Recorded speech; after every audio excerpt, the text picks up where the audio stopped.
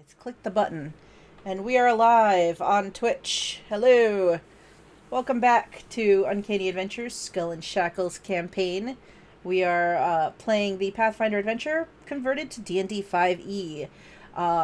And if you want to donate to help or hinder, you can. In fact, currently I have a natural one that someone generously gave me that at some point my players can tell me I have to use. And I think they're saving it for something special because it's still sitting there. I'm watching it. Also, currently, Holt has an advantage. Antoinette and Bart, both of you have natural 20s left over. So that's currently where we stand with previous donated bonuses.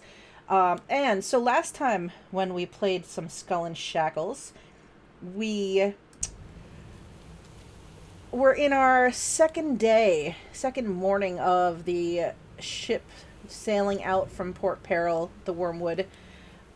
A couple of crew members woke up in the bilges and chains for previous day's activities. Holt and I believe it was Bart were confronted by a few of their crewmates who tried to harry them and maybe slow them down getting upstairs and give them a few good licks. But they handled themselves pretty well and diffused the situation. Though it seems that those crew members are still a bit angry at them for who knows what reason. Maybe they were put up to said shenanigans. And then decided to, instead of going up to the main deck... Oh, thank you very much, anonymous cheerer. Let me know what you want to do. Or I will randomly assign something for those bits if you don't want to. So, you went back down into the hold to check on Miri and Antoinette. While Martins was being discovered in the quartermaster's office and dealing with his own situation. Somehow he managed to charm Cutthroat into not reporting him and even giving him back his musical instrument. But the others went downstairs, you went into the hold and had some discussions with your crewmates before Holt was discovered by the surly dwarf crew member. And Miri was allowed out of the hold, but Antoinette was left for a while to think about getting involved in thwarting Mr. Plug's fun. So, but we are in our second day toward the middle of the day, and everyone is sort of doing their daily tasks. So why don't we just go around real quick, say hello again, and just kind of reintroduce your characters, and then we'll jump in and see what's going on. And why don't we start with Brad?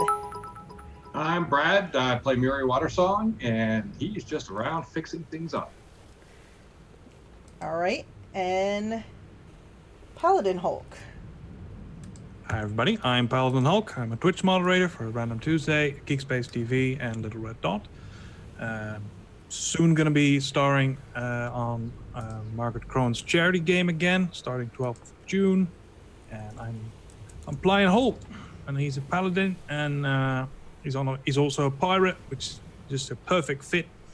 And I'm on a boat. I'm doing some manual labor right now. It's not going so well, and I'm promised lashes at the end of this episode, or somewhere in there. So life's going great, just flawless. Excellent. And how about Kat? Hi, I'm Kat. I play Antoinette de Jong, and this is a strange world for a Triton who has not seen much surface life. Everyone's a bit strange. I'm tied up in the bilge. I don't know what's going on. It's just weird. Excellent. And how about Dylan? Hi, I'm Dylan, and I play Bartholomew Ignatius Seacaster, your resident Sahuagin bard, who is the cook's mate of the Wormwood. And I work with Fish Guts, who's the drunk chef with chickens. Yep. Outstanding. So, where we left off. So, Bart, you had been handed a tray full of like hard rolls and told to take the biscuits upstairs and deliver them out to the crew for their breakfast, and then make your way back down quickly because you have a special dinner to prepare. Mm-hmm. So, what do you I'll do? do it. You'll do it now. Yeah. As you're doing this and you're gonna go about your business, do you plan on? Because as we've talked before, you have some actions you can take since this is Yeah, your ship daytime action. gig. So you can plan to do your task diligently. You could take some time to sort of get away from your task, but to talk with some of your fellow crewmates. If you wanted to, you could spend some time trying to sneak about the ship and seeing if you can find anything. You could slip away to the quartermaster's store and shop. Mhm. Or you could just completely shirk your responsibilities for the day. And just... I think I'm gonna work diligently for the time being. Okay. So you proceed up on deck. You are quickly overrun by various members of the crew who grab their biscuits and things. There you go. Enjoy. There you go. Sindara takes hers and then reminds you, don't forget, we have a friend in the hold who might be hungry. Oh, right. And then just gives you a wink. Take one of the biscuits off the thing and put it under my hat, just so I have it for when everybody swarms and grabs all the other biscuits. You see Miri sort of in a conversation with another little gnome. The gnome that Miri is talking to is rather dirty and unkept and has an eye patch over one eye and is every so often throwing down the length of rope that she seems to be working with and then picking it back up and sort of inspecting it closely. All right. And then you can see Holt, he had gathered a bunch of tools and things and was heading to go up into the rigging as you pass by with the biscuits and get them all doled out. Excellent. So, what do you want to do? After that, I had to get a pig, right? You were going to need to butcher a pig today, yes. Okay, that's what I thought. I wasn't sure if I was remember that correctly. Then I'll go down and I'll ask Fish Guts if I should get the pig. Like, is that should I do? He looks at you and you notice he seems a little more aware today. And you notice like his tankard of rum is more full than it was yesterday at this hour. And so he sort of looks over and he says, "Yeah, go get one of the swines. I think they're out of their cages again in the hold." Oh, all right. Okay, I'll go out there and I'm gonna use animal friendship to get one of the pigs to, come on, yeah. I'll lead the others into the cage as best I can and corral them in there, and then I'll take this one and sort of lead it into the kitchen with me, I like to think that all the other pigs watch this one go, and they're going to think about this afterward, and when it doesn't come back, every, pig beyond this that you have to do this to, they're going to trust you less and less as this goes on. He's just going to a farm upstate, don't worry. All right, so you acquire a pig and come back quickly. Fish Guts kind of gives you a look, like, that didn't take that long. Not very good. And he starts sort of doling out tasks to you, and he says, "You ever slaughtered a pig?"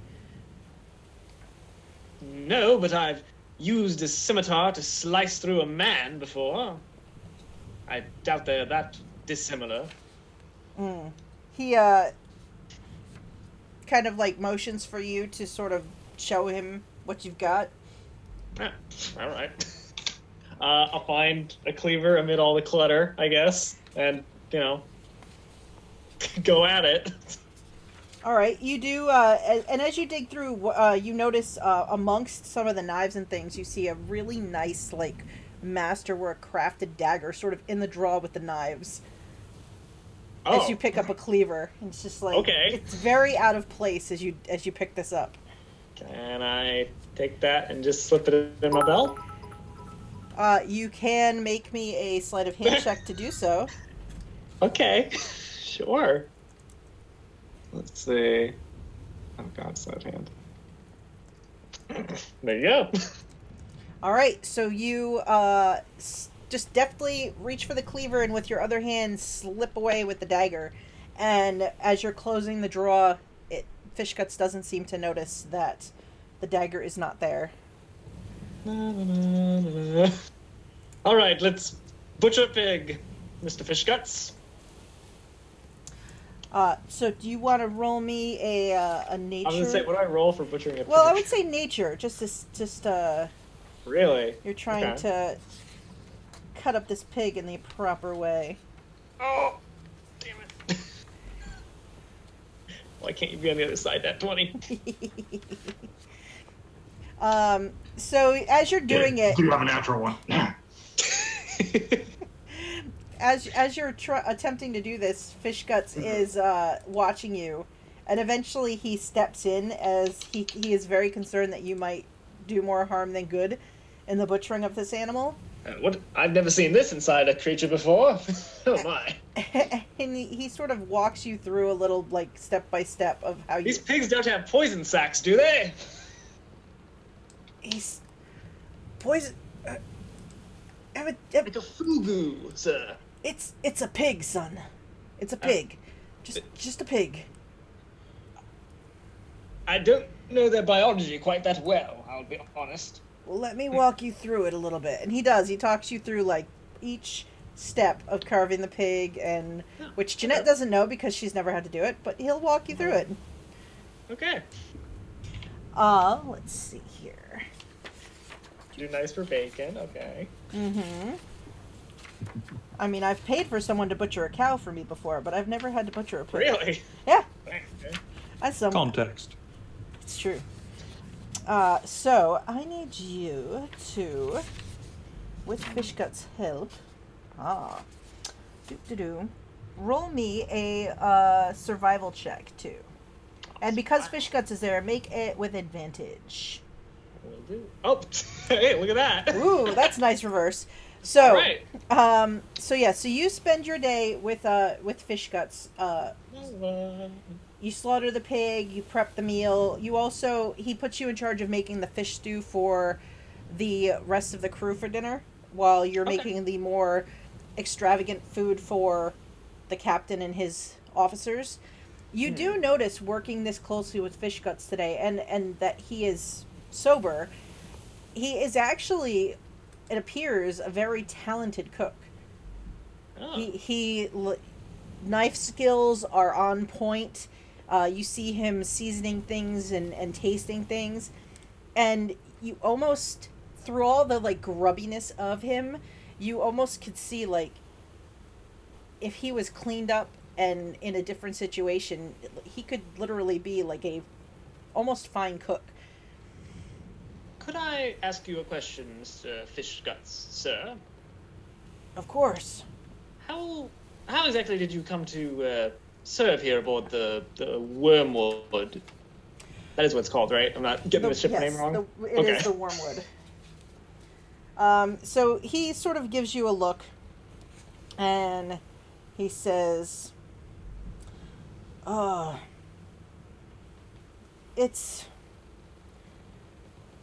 mostly it was the drink that led me here. I used to have a different life, but then after too much drink and too many bridges burned, this was sort of my only option. Unfortunate. What are you going to do, though? Those are the choices we make. Yes, I suppose so.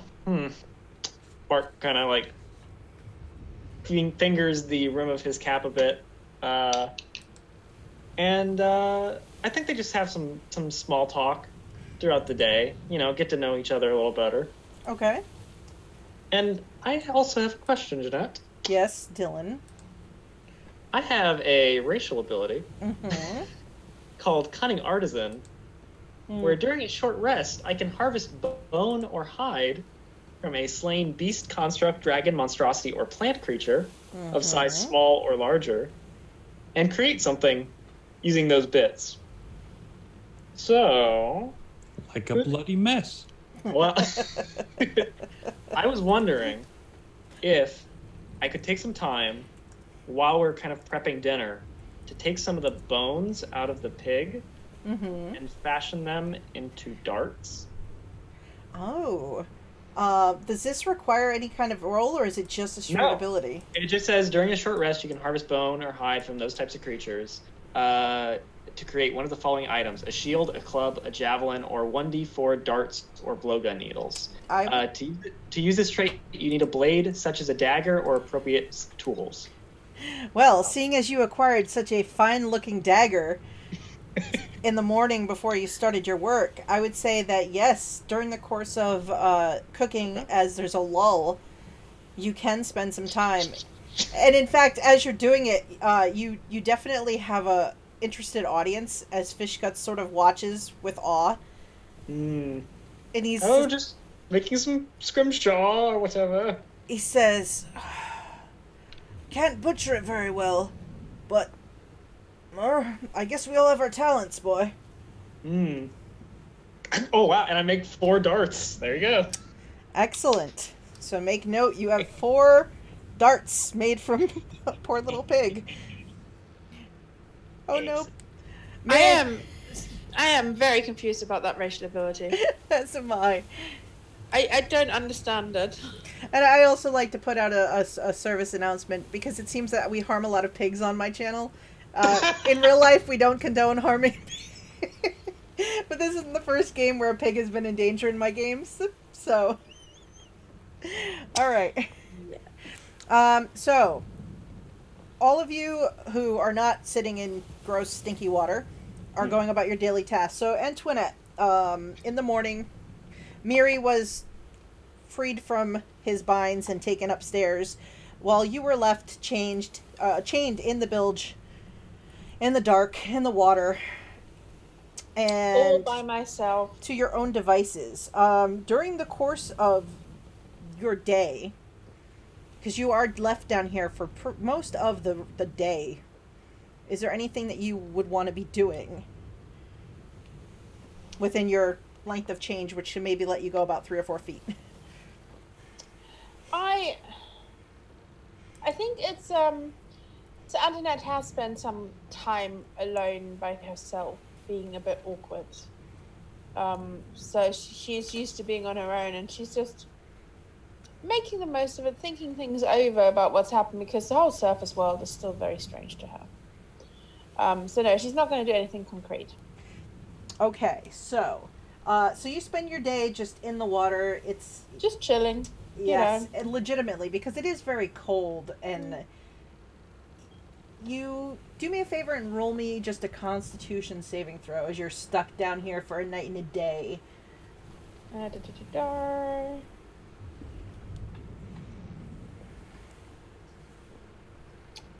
bad. Yeah. So, you, even though you are chilly and uncomfortable, you don't feel like any ill effects have taken hold, as after a number of hours by yourself in the dark, you hear the trap door sort of pull open, and a little bit of light kind of comes down, and you see the silhouetted form of that gruff dwarf with the broken nose climbing back down into the hold, and he's sort of muttering to himself as he's coming down. "God damn it, always got to get my boots. I've got the shortest damn legs almost of anybody, and I'm in the frickin' build just getting these idiots out."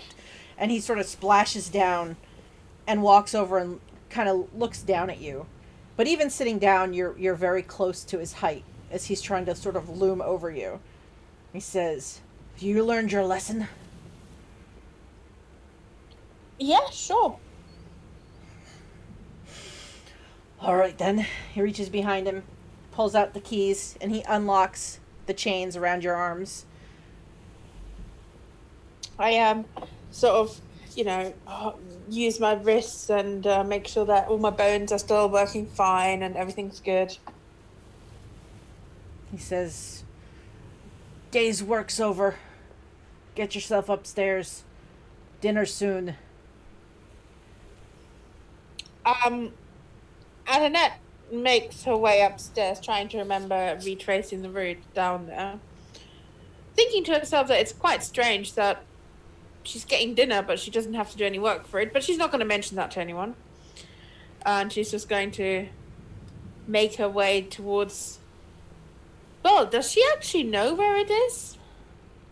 You know how to get up. You come up through the bilges into the lower hold where everyone sleeps at night, and then you know to go up the stairs into the main hold, which is where the kitchen and stuff is, and then you can go past the large chained form, that big hulking giant man that they have chained, and go up to the main decks from there. So you just have to make your way up the stairs a couple of decks to get to the top.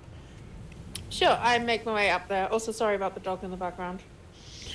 I make my way up there, and are there still people having dinner? Are there still people around? So, yep, as you're coming up, you can actually see Bart is sort of lumbering out of the kitchen with a big pot in his hands, while Fish Guts is sort of coming behind, laden with, bowls. And they're heading across the hold to go upstairs to the main deck. And you get the whiff of this, fishy stew coming off the pot. And as Fish Guts is coming out behind with all the bowls, you see him turn around and, put a boot in the face of a goat that tries to come out of the kitchen, too. And just sort of shove the goat back into the kitchen and close the door behind him. And then he sort of waddles along behind Bart. Hey, nice hat. That's a really cool hat, Bart. Why, thank you. Did you just find that lying about? Are there more hats? Well, actually, it's mine. But Oh, wow. I want a hat. Why don't I have a hat? Do I need a hat? Where do I find a hat? Is there a hat shop? Oh, I'm sure you could find one. We can get you a hat soon enough, Antoinette. Don't worry. Every true pirate has one. That's what the next pig is for. Is he going to craft a hat out of the pig? Pig flesh. Oh. Oh, God. That's grim. Antoinette will probably love it. Anyway. Can I have some dinner? Oh, yes. I put down the pot, and I lift my hat, and I get the biscuit out of it because I forgot to give it to her. Mm-hmm. And I hand it to Antoinette. I got that for you as well. I saved it from breakfast. I just realized I forgot to bring it to you. Oh. Apologies. That's nice. Thank you. And it will go well with the soup, I think. And I'll pick the big pot back up. If you want to join us on deck. Yeah, sure. And I follow behind. All right, and as you follow behind and are heading up the stairs to go to the main deck, you hear the sound of the ship's clock, the bell, sort of tone the end of the workday. So it tones in the morning for the start of the day, and then it tones in the evening at the end of the work. So up on deck, Holt, you are finishing up in the rigging, and Miri, you are finishing up with mending the sail as this dinging starts sounding from the bell that's on the mast.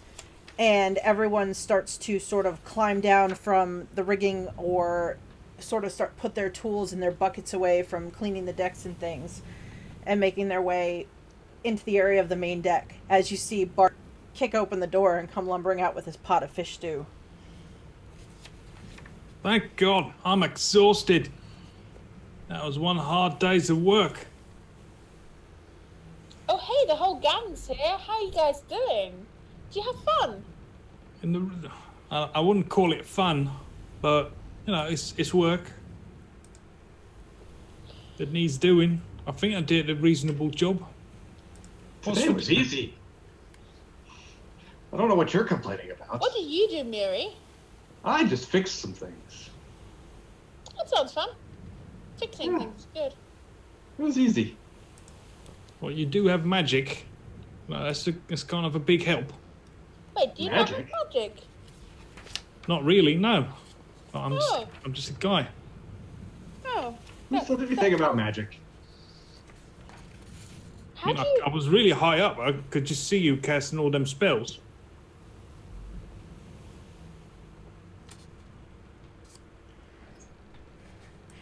As you were talking, Sindara sort of walks over and looks around at you all, and she kind of takes the pot and helps Bart put it down as people start sort of lumbering around and crowding around the pot. She says, so how are things going? And I think my internet might have just died. Hang on. Yep, there goes my internet. 1 second.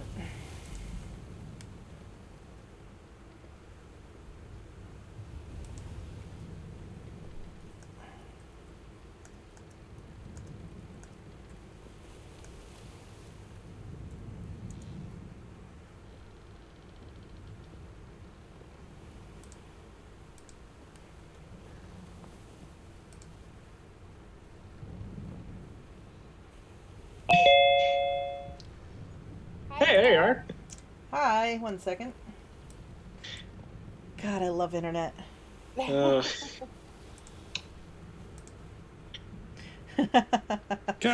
Oh no. No worries, Oh, no.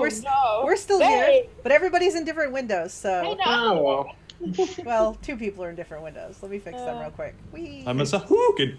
That's Oh. what I'm thinking. Hey, we'll survive this. We can survive anything. True. You can survive a crossbow right to the chest, critical hit. You can survive anything. This is fairly true. So... Yes, so Sandara was helping Bart to drop the pot of fish stew onto the deck without spilling it when you all got overrun by the rest of the crew and they got their fish stew while my internet started to cry. But no worries, it's back, it's fine. What was the D100 for, Jeanette? Oh, that's a good question. We'll find out. That's how I knew How many lashes I get. That's how I knew how my internet was going bad, because the D100 wouldn't roll for a few moments. I was like, oh, we're starting to hesitate here. But yes, so, yes, you do get served your fish stew. They dole it out to each of you.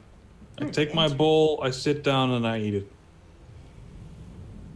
And the captain, who has spent most of the afternoon up on the deck, sort of watching in the distance with his spyglass and in whispers with Mr. Plug, he sort of comes down the stairs and walks into his cabin door without talking to anyone else and disappears inside, closing the door behind him.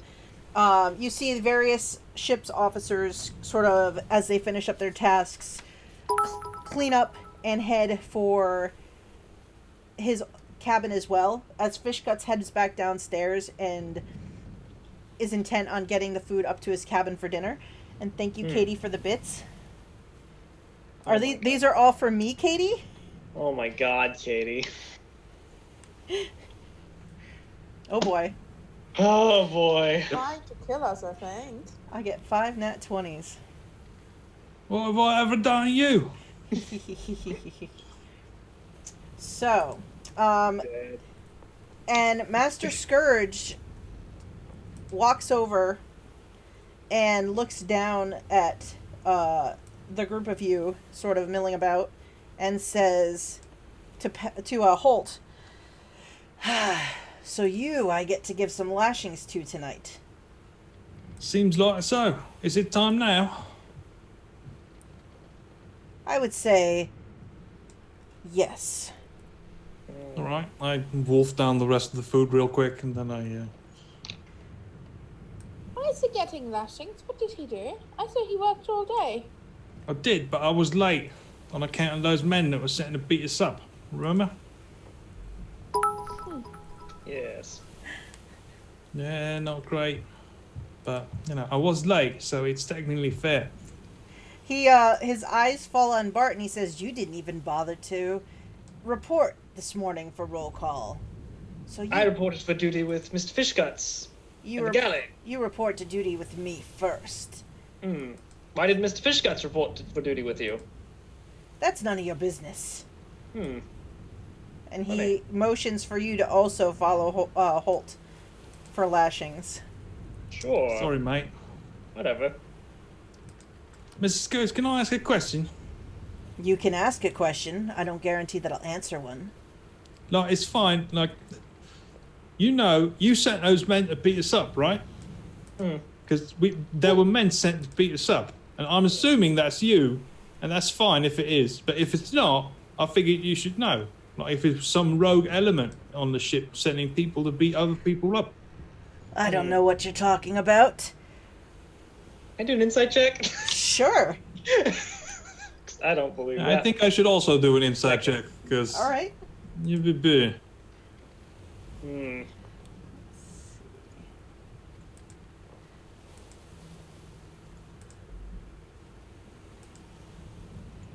You both think that he doesn't have any idea what you're talking about. Really? God damn. Really? You don't know? So there's some rogue element. Someone else on this ship wants us hurt then. Because we were only late because a whole group of people were sent and beat us up. I'll have to look into that, I suppose. Yeah. What do they look like? It's that one guy, what's his name? Phipps? With that big half-orc guy, Jaundice. That's right, his name's Jaundice. That's right. Yeah, it's the only one I remembered. Thought I was a weird name. Bit unfortunate. And you should know, as you're about to lash me, I did take the captain's maxim that we weren't to hurt each other to heart, and I didn't kill them, as I would have otherwise. Yeah, same. I was just really surprised. Like, I took a knife off of Phipps. Because he tried to stab us, by the way. Yeah, bastard. Well, I guess I'll have to look into that then, won't I? Yes, Yeah. indeed. I'll leave that in your capable hands. I made it easy for you as well, as I'm not wearing a shirt, so be at it. Yeah. He kind of rolls his eyes a little, and he's like, enough with the talking. Let's go. And he moves toward the mast, where there's some ropes hanging low down. And he sort of takes and he kind of ties both of you so that your hands are up and your backs are to where he's standing. And he is going to give you each 3 lashings. But if he hits, it does 1 point of non-lethal damage, so the damage that it rolls doesn't count toward it, as he's not trying to kill you, he's just trying to punish you. Okay. So he is going to start with Bart. Bart, what is your AC? 16. 16. Alright, so he will... Got thick scales. Alright, so he lashes you... Just before this is going to start, Mm-hmm. we're all on deck, correct? Yes. How far would you say, where we are right now, is it to the front of the ship? So where you are on deck right now, it is about 35 feet or so to the front of the ship. Okay, question. We are moving. The ship is moving, correct? Yes, the ship is moving. Hypothetically speaking, a fog cloud were to be cast somewhere. Would we be passing through that fog cloud, or would the fog cloud stay with us? I believe that once you cast it, if you keep moving, it'll pass and keep going. But let's look.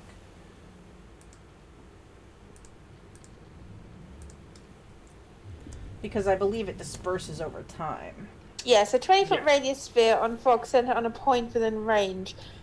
But if this point would be, say, the very tip of the deck on the ship, that would be a moving point, right? But if I cast it like 5 feet above that, like in the air, we would pass through it.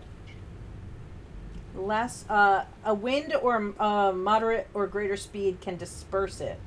But I think if you cast it on a point, it exists above the point. It could just get dissipated. So the wind of the moving ship could disperse it.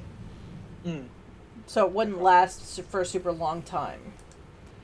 But it would stay focused on that point until it dispersed it away.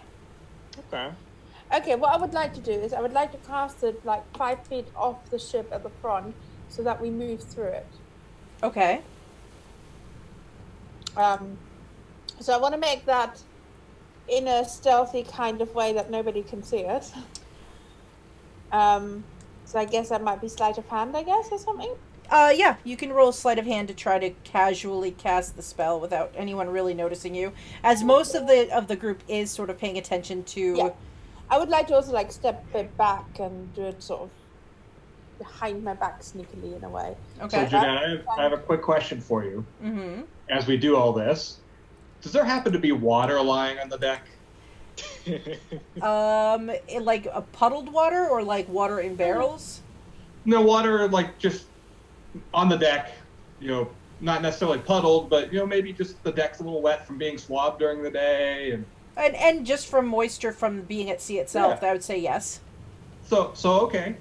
As the Master Scourge steps forward to give these lashings, I'm going to quietly reach down and freeze the water under his feet. I like it. I like where this is going. All right, so Antoinette, you're casting your cloud. So roll your sleight of hand as you're casting your cloud. Every day. I love it. All right, let's see. Oh my gosh. In fact, can I use one of the natural 20s I have for this? Yeah, you can. I would like to make this work. Yes, I would like to use a natural 20 for this. Okay. And then I'd like to cast it just off the ship in the front so that we move through it. All right, so this fog cloud is coalescing at the front of the ship. And while most of the crew is focused on what's going on right at the mast in that moment, a few people start looking up and noticing the fog cloud. As Master Scourge steps forward and goes to take his first lash at Bart. And then I go and say, "Oh no, what's that?" And as you say that, Miri is attempting to freeze the existing water underneath Scourge's feet. Do you try, Miri, to be sneaky as well? Absolutely. All right, why don't you roll me a sleight of hand to try to get your spell off? All right. I'm going to use my advantage on that. So. Okay. Sounds good. So, Master Scourge attempts to take his first lash at Bart, and he cocks back his arm, he swings true as a few voices start to sound off about the cloud coming up ahead, and the crow's nest yells down, "What is that?" And Antoinette yells out as well. And as he starts to look up, his attention turning toward the front of the ship, his foot steps on the deck, and he goes forward, and his feet start to kick out from under him. As instead of the 20 he rolled, we'll use the natural 1 for disadvantage, since I already rolled. And his feet go out from under him and up in the air, and Master Scourge comes down in a heap on the deck, slamming onto the ground. As members of the crew sort of back away, rather than trying to stop him from falling, they sort of scuttle back. A few of them kind of stumbling as well on the icy deck. Oh no, Mr. Scourge, are you alright? He rolls... Aren't you going to whip me? I'm going to back away as well. He rolls over and pushes himself to his feet, and his back is kind of wet with the moisture, and he looks up as the ship is quickly passing through the cloud of fog. And she's like, "What is that? Where'd that come from?" Fog. I know it's fog. Where did it come from? Oh no. No, it just appeared. Elemental plane of fog, obviously. What? Have you not seen this at sea? I thought fog like this was common at sea, is it not? He looks around at Antoinette and he's like, "And you spent a day in the Bilges. Do you want to spend a day in the sweatbox?" That doesn't sound fun, no. He looks around and he looks back as Mr. You Plug... should put the fog in the sweatbox. Mr. Plug who was standing on the stairs of the deck behind you all, is sort of looking about. His expression is sort of flat. His eyes are just kind of like slate, like you get and he's just like eyes scanning the crew. And then he just sort of like nods towards Scourge, who has gotten up and is kind of brushing himself off. And he steps forward to kind of take another swing at Bart. Alright. Let's see. The deck is still icy. I know. He has to roll with disadvantage because the deck is icy. God damn it. So he swings again. So what is the status of the fog right now? So you're passing through it at this point. I would like to cast a minor illusion. Okay. I would So like worried. it to mimic. I don't know. Like me, Cat, as a person, I don't know. Do krakens make a sound? Good question. Like, I don't know. What I would like to do is I'd like to make it seem like there's some scary sea beastie or something. But I don't know which one would be relevant. But my character would know. So, It's like Obi-Wan making the Cryat dragon noises. Yeah. yeah. It's probably like just this like loud like shrieking sound off the side of the ship. Yeah, let's go with that. So in this general confusion, I would like to cast minor illusion with some generic sea beastie sound coming off the side of the ship. Yeah, so the volume can range from a whisper to a scream, and I'd like it to be loud. All right. So as he steps forward, tries to balance himself on the icy deck and swing the whip, a loud shriek sounds off to one side of the ship. As crew members react, a few more fall at his feet. A 15 will hit you, Bart, but you don't take any damage because it's sort of he loses his balance again as he's spinning with the motion. So you feel the lash kind of go across your back, but he kind of pulls it back at the last minute as he whips around to see what the noise is. And a few members of the crew rush to the rail of the ship and are looking around. You see a couple of them drawing weapons. You see Conchabar, the gnome with the purple hat and the eye patch and the purple coat, sort of leap to the rail, holding on to the ropes, and he sort of, ha-ha! And looks around, ready to fight whatever might be down below. The fuck was that? I see nothing! And you see Mr. Plug storms across the deck and looks over the edge and looks out. And looking back. And Master Scourge, he whips around and he says, I have had enough of this! Whips around. And his eyes go like across the crew, and he's kind of like got a little bit of like, you could see where he's drooled a little bit as he's yelling and spittled, and his eyes are like it's slits looking about. He looks very angry, and he seems very put off that you think that now he doesn't like being embarrassed. So I would like to, at this point, have also taken out my dagger and taken up like a defensive position, well, sort of a fighting stance, just to blend in with the rest of the crew. Okay. So that it doesn't look like. Okay, good. But No, you're no, just- I'm not going The to start of that was really worrying, but oh, No. I just want to make sure that it's not like Antoinette standing there going da da da da da da. Yeah, You know, I don't want to. I want to be like, oh no, what is this? Oh no. Why I don't shout, go ahead? "Oh, you in the crow's nest? Do you see anything?" Don't see anything. Water looks clear. It might be under the ship. Master Scourge like turns around and says, "Maybe I should throw you in to find out." I mean, all right. I mean, that would work, but I mean, you know I have gills, right? At least last I checked. Yes, those are gills. He turns and he storms back over and he reels back to try to get his third lash at Bart. Okay. And he's like, looks super angry now, like almost on the edge of his sense of control. Let's see. And he will whip. All right.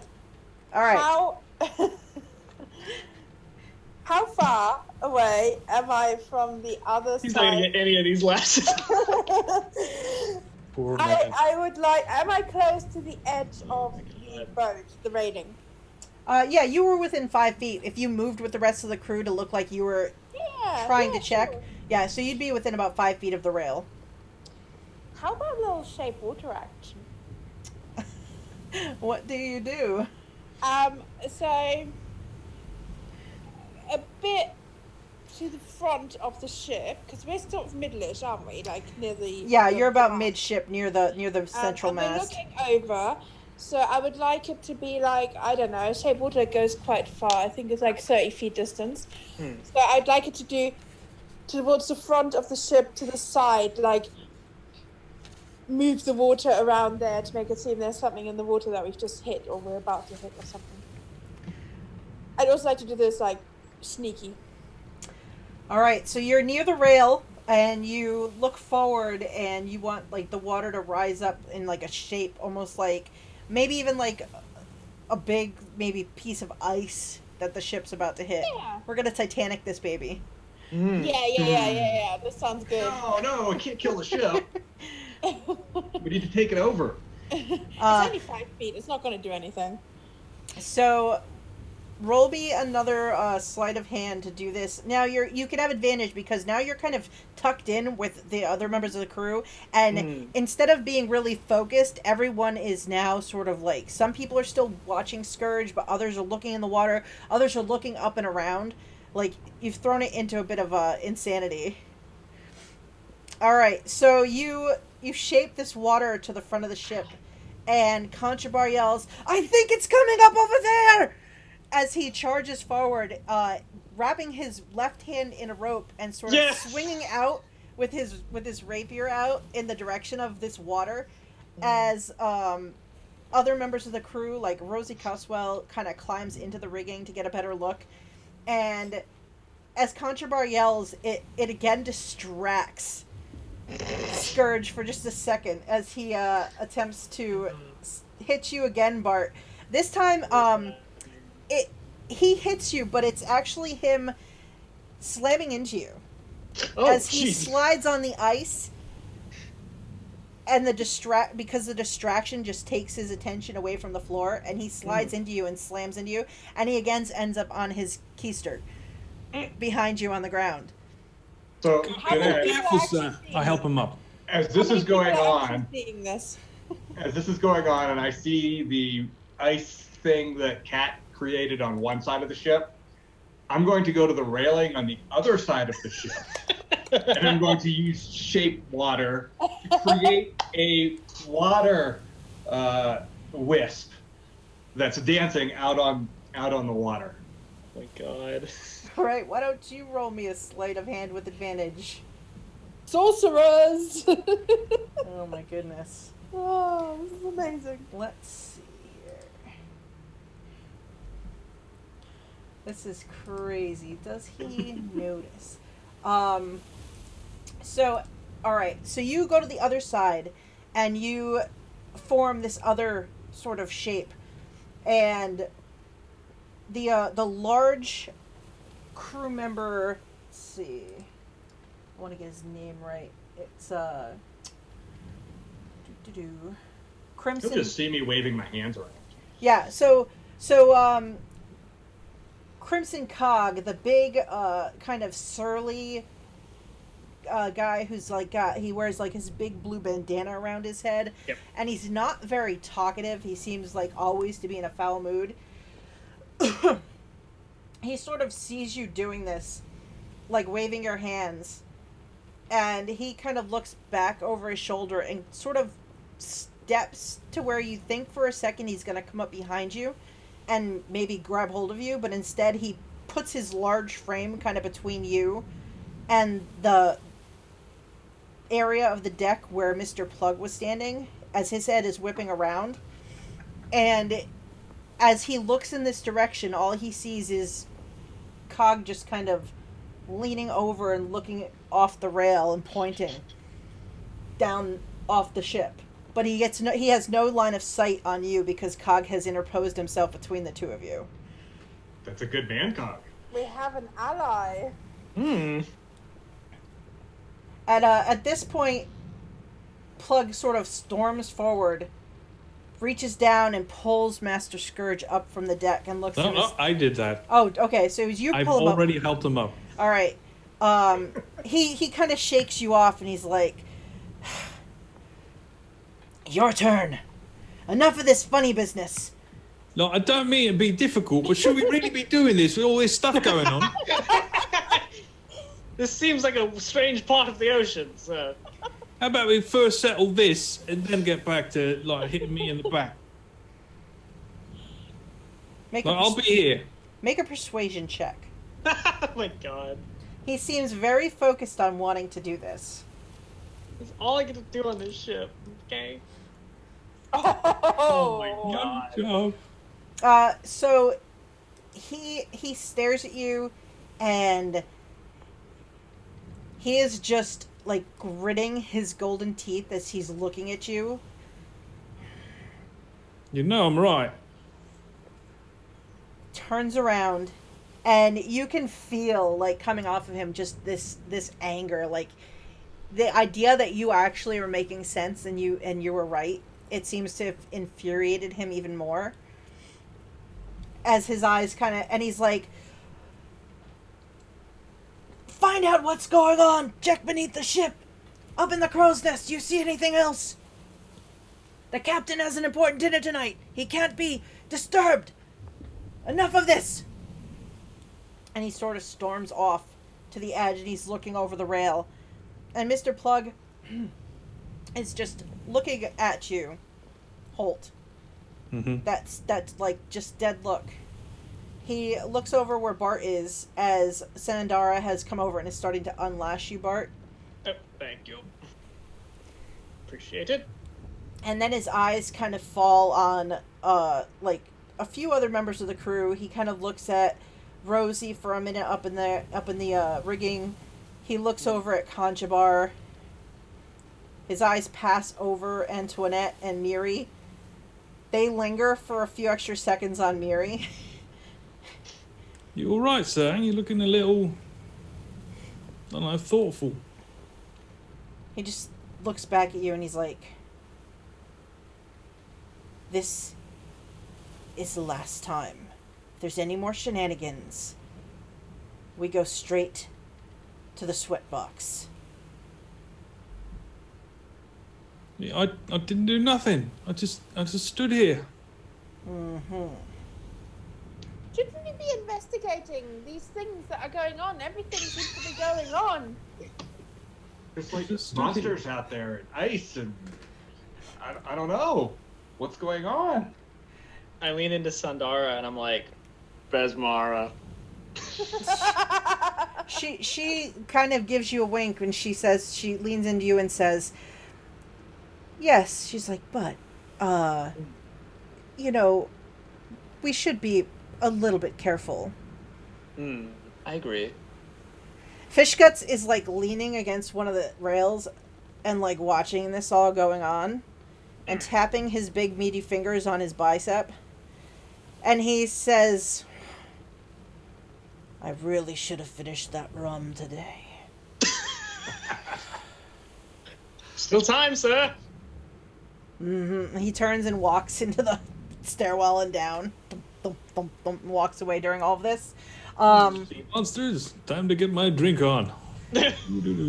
So, after Master Scourge he walks the edge of the rail on all sides of the ship, Mr. Plug goes up and kind of goes up the stairs and stands by the ship's wheel waiting for anything to happen. And after a few minutes, looks like everything is all clear. Master Scourge comes back and he looks at Holt and he says, 3 lashes. We're gonna get through this without any issues. Anyone caught doing anything besides watching and paying attention to the punishment is going to answer to me. We have to watch, right? You are supposed to watch, yes. Okay. I was watching. He Yeah. he looks pointedly at Jaundice and at the other group that Holt and Bart recognize from the morning's little incident. So his eyes kind of fall on Slippery Sill, and on Jaundice, and on Phipps, and even Narwhal up at the wheel sort of is watching down, and he's like just looks at them all and like nods at them. You get the impression that he's got them paying closer attention now. Okay, so the guys that were beating them up are on deck. Mm-hmm. Okay.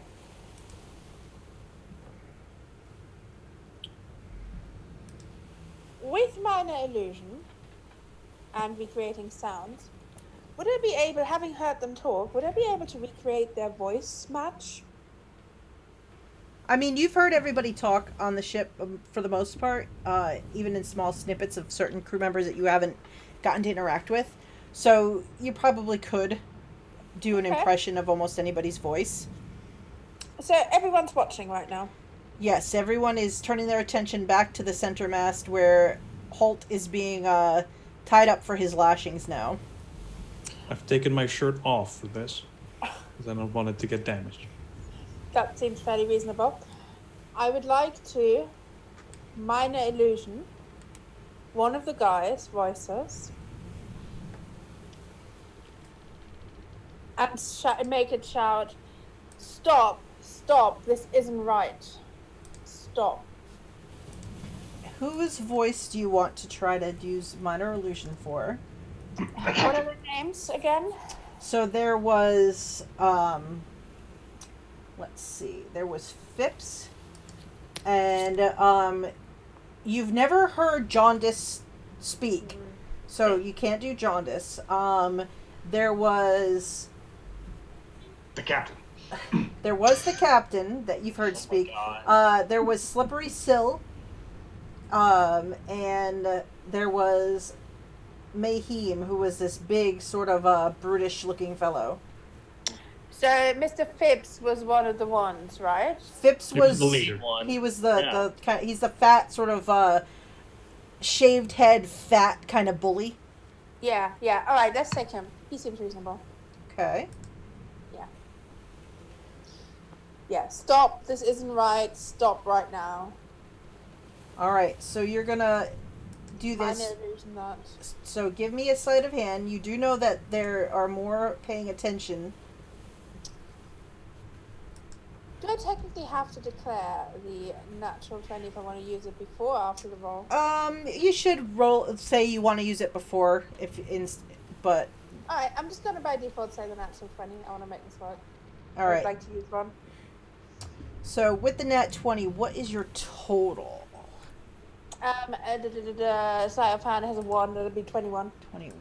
All right. Let's see here. Of everybody paying attention, does anybody notice? God, this is where the whole ship notices. What's Yeah, right. Everybody like all of the attention turns toward. This is where Antoinette spends the rest of the journey down below deck. All right, so Master Scourge is distracted, so he doesn't notice. Let's see, Mr. Plug.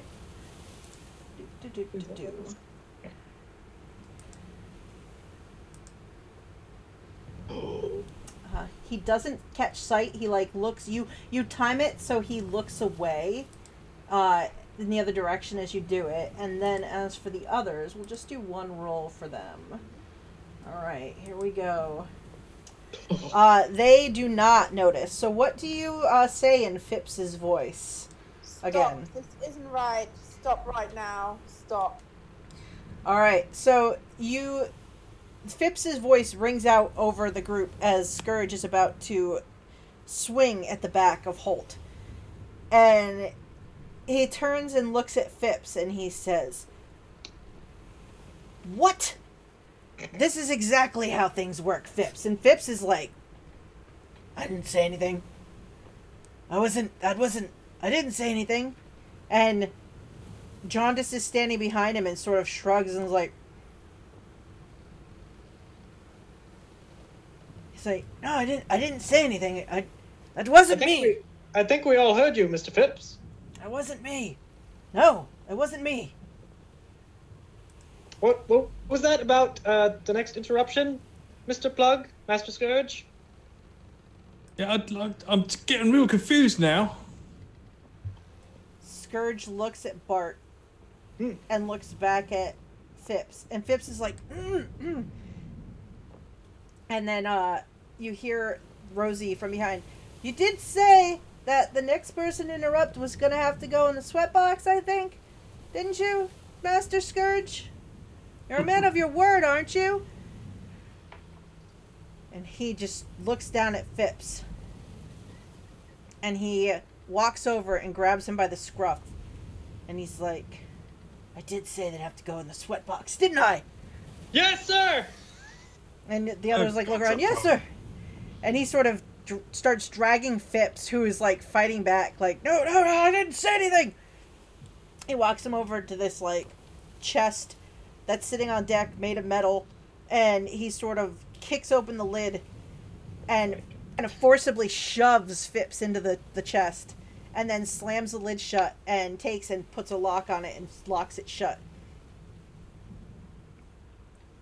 And then he turns and he storms back in the direction of the mast, but keeps going by it and goes through the door into the area of the hold and sort of disappears from sight, cursing, leaving Holt tied to the mast and the rest of you sort of looking around at each other. Am I done? Is it over? Centaura walks up and she just looks around and just starts undoing the... I don't know if you're supposed to do that. She says...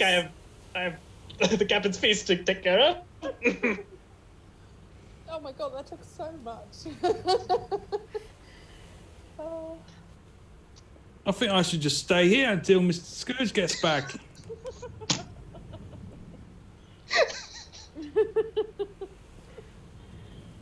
Sandara says, that's up to you. I don't know if he's coming back tonight, though I think the next person to get in trouble is going to be in very big trouble. Oh, yeah. We're 2 days into the voyage.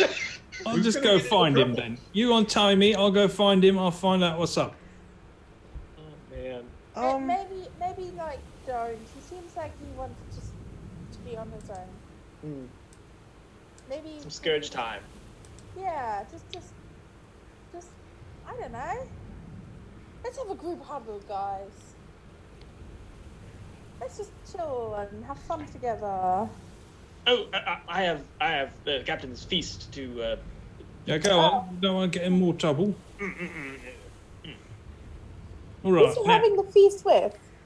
The officers, I assume. Oh, that sounds fun. Maybe it's like a planning session where they're finally getting ready to target a ship. Perhaps. I mean, that seems like they only... Unless they're like conjuring someone to talk to from like another world or something. Yeah. Sandara sort of is standing with you and she says, I think eventually we will have to go after a ship or two. We're not really in the main shipping lanes, I think, where we are now. Why not? What is the shipping lanes? Why aren't we in the main shipping lanes?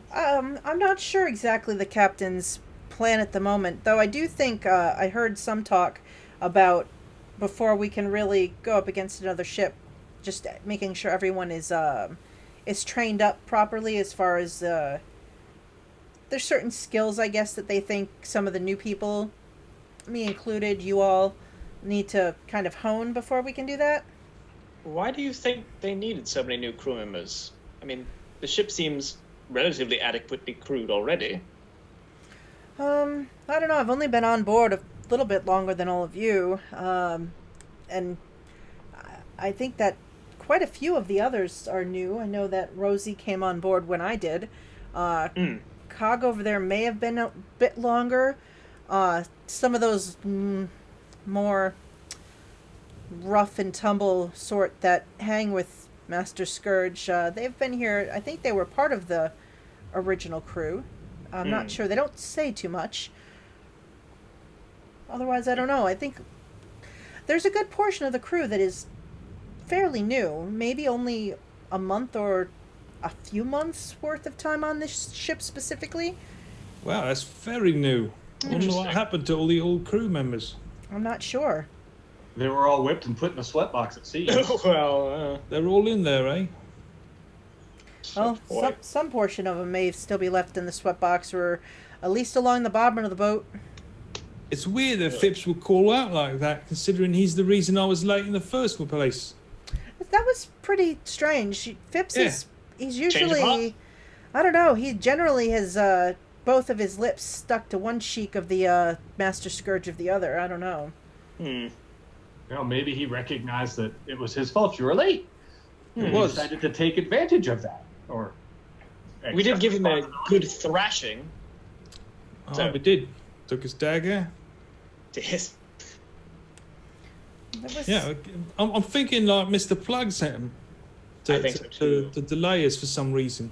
It's weird, you know, because I haven't done anything. I've just done my job. That's it. And that not too well, but that's okay. Or you. Fuck you. Doing the best I can. I'm not a sailor. This is the Hence- first time I've set foot on a ship. I think I'm doing perfectly all right. Hence needing training. Exactly. I don't know. I think that the read I'd get on Scourge, he made a pass at me the first day or two I was on the boat, and he didn't take too kindly to me turning him down. Why'd you turn him down? It seems like such a nice fella. She just turned slowly to look at you, Holt. Like, Not the whips, yeah. I can see why. That's just his job. Right? That's not his fault. It's his He name, likes too, ropes to be and fair. whips and chains. I mean, what more can you ask for? it's just. I mean, if not- Mr. Plug orders me to whip one of you, I'm gonna do it. Like, I'm not gonna enjoy whipping anyone, but if that's my job, that's my job. Are you sure you're not going to enjoy it? Yes. Oh, okay. Well, I think Master Scourge does, to be fair. I mean, he didn't seem to be having a good time back there. Well, not today. No, I get the feeling he's not too fond of our newest recruits. She says, looking at all of you, he definitely seems to be singling some, if not all of you, out on as much as he can, at least in the last 24 hours. Yeah, it's like, why me? I've done nothing but try and be an exemplary pirate. I did try to get rid of him, so I guess I can't say anything. Right, like, I can see why I'd be mad at you, or even you. But me? That's It was just that me. first day. I've been a model sailor since that first day. It's day 2. Well, I guess that is 50%. So, Lasted a whole day without Pretty extra good. shenanigans. Good Good today. job. So, that weird stuff going on, that one you two? what weird stuff? You know, the sounds, the I weird... don't know. All I stuff. saw was this big scary cloud, and there was some weird sounds, but I don't know. It seemed to get a little cold, and the deck seemed to freeze over a little bit. I mean, I think it still is a little slippery. it is, and there is a water sprite out there, and nobody did anything about that. So And we could have like crashed Right. the boat into the ice. I don't know what's going on. seems like the people that are captaining this boat are just not doing their job very well. it's... Maybe they steered us in like some kind of weird chaos magic zone or something. I Seems to mean, be. like we're not even on the main shipping lanes. Are there any other crew around, by the way? You have sort of like moved yourselves off a little ways. The others were finishing up their soup that they hadn't finished yet and are kind of just milling about themselves. You see a couple of them getting like some of their nightly entertainment ready. Captain Harrigan does seem a rather detached fellow from ship business. He does stay in his cabin a lot. Yeah, and when you've seen him on deck, he's always like up and away and with Mr. Plug Yeah. almost exclusively. Huh. Rather enigmatic man, isn't he? What does that mean? You know. Well, no, that's why I'm asking. What was an enemy? Was an enema? Mysterious, you know. Guess it's Enemies are mysterious, guy. Yes.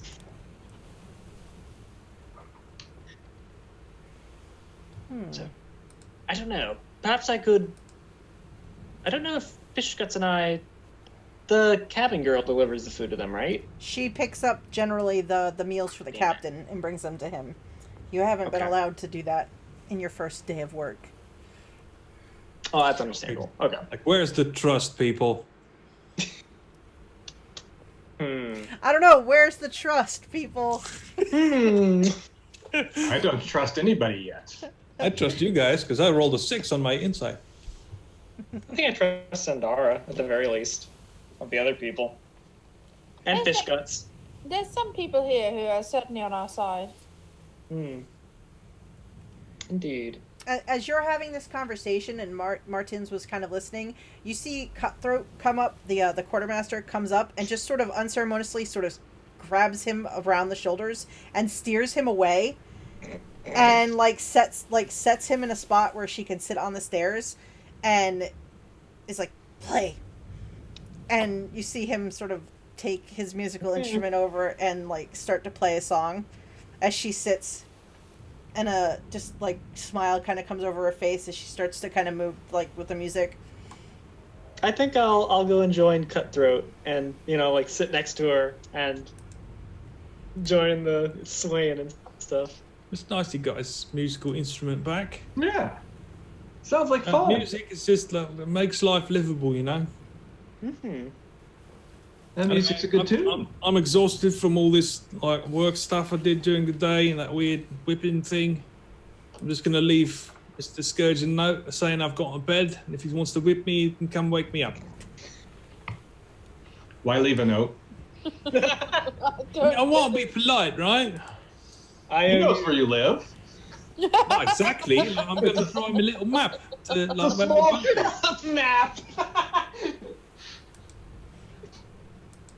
How good are your map making skills?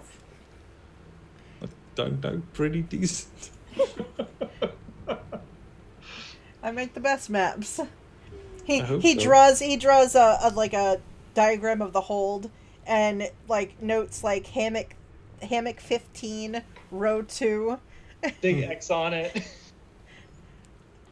He puts a little dot at the bottom of the stairs that says "You are here," so that he knows the reference point to travel the hold. I'll make it look like a treasure map.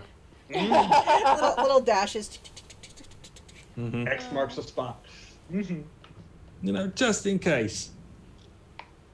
It's fair. I mean, if you're gonna do it, you might as well go all out. And then I go to sleep. All right, so Holt There's exhaustion. finishes his fish soup, goes downstairs, and goes to bed for the night.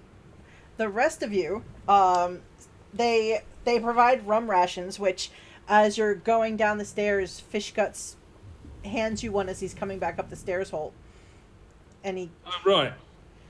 What is this? Rum? Yeah. Is there anything else in this?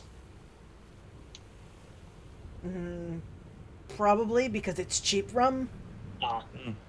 One of the other crew members cautioned me against drinking it, but I don't know. It's Feels like I'm not being a proper member of the crew if I don't. So I'm a bit confused. I mean, I drink rum. It's pretty good. Do you drink this rum? Would you like mine? He takes it, swigs it down. There you go. You enjoy that. Have a good Oh, night, mine as Mr. well. Fiskats. I'm gonna take my rum and I'm just gonna shoot it straight down. Do you want mine as well? Certainly. Oh, sure. Cheers. Lowered inhibitions can't possibly make this any worse. Nope. All right, so the rest of you, Holt disappears down below deck. The rest of you, as it's now nighttime on the ship, basically, you each can do basically one nighttime action. If you wanted to, Holt has chosen the sleep nighttime action. Okay. The best one. I mean, it is a night-time action. Mm-hmm. Some of the crew are gambling, so you could gamble. Some of the crew, like Martin's, is entertaining.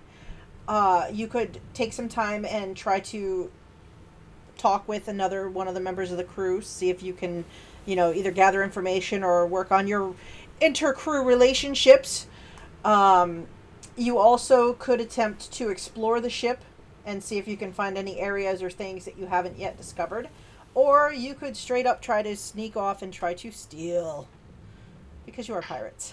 Yarr. Yo ho ho and all that. Gambling. I would like to find Mr. Phipps's crew and the other guys around him, and I just want to kind of mill near them and hear them all talk for no reason whatsoever. Well, it is fairly easy to find them as they have positioned themselves around the sweatbox and are sort of keeping Phips company inside the sweatbox. So currently, Jaundice, the large half-orc, Yes, that was his name. I forgot his name. Yes, he is just sort of standing off to one side of the sweatbox and not saying much of anything. Aww.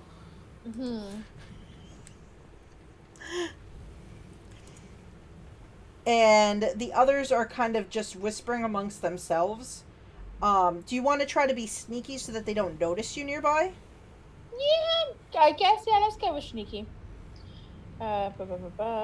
Sneaky. I am not so sneaky. Alright, let's see if they... I have a 1 on this. Probably the lowest stealth I have on any character I've ever played. Let's see if they notice you being not so sneaky. Apparently, they are deep in conversation. Wow. Well, And- that's convenient. What are they talking about? So you sort of get close by, but you're on the other side of the stairs, so out of sight beyond the railing. And you hear them whispering about, you hear... So Jaundice doesn't speak, but you hear Slippery Sill, the kind of crazy-eyed, nutty, like, human woman who's with them. And she is leaning in close to Mayhem and Jaundice, and she says, this morning went absolutely terrible, and tonight, these, he's right about these new ones. They're nothing but trouble. Now Phips is in the box, and because he can't lose face anymore with, all the shenanigans going on. But we may have to take things into our own hands if they don't start towing the line and doing what they're supposed to do. And you just see Jaundice just kind of nodding slowly. And How did they talk? and Mayhem says, well, at least we won't get in trouble because we are working for those in charge. But if we can't kill them, Sil. We can't kill them, we've been told. We need everyone we have. But if we get some new people and they become expendable, we can take them out one after the other. And I'm sure that it'll get us some rewards if we handle this problem. And she's like, I just want to do it now. I mean, I don't understand. It's as easy as when they're sleeping, just putting a dagger in them, and then you just don't explain what happened. But I mean, if I have to wait, I'll wait. I already avoided one punishment and didn't get my neck stretched. I'd rather not get killed at sea.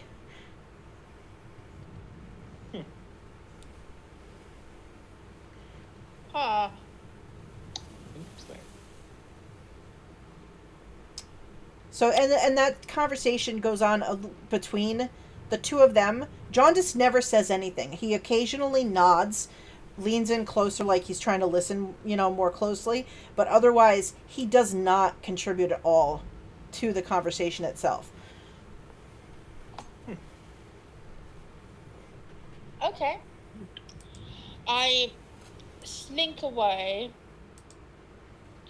Now, I've never slept anywhere on this ship. Do I have like a hammock where I can go to? So you do know that in the lower hold there were extra hammocks, sort of that were not being used, and if you ask Bart, Miri, or Martins, or even Sandara, they can tell you that you just have to claim a hammock, and then generally most of the space is taken up.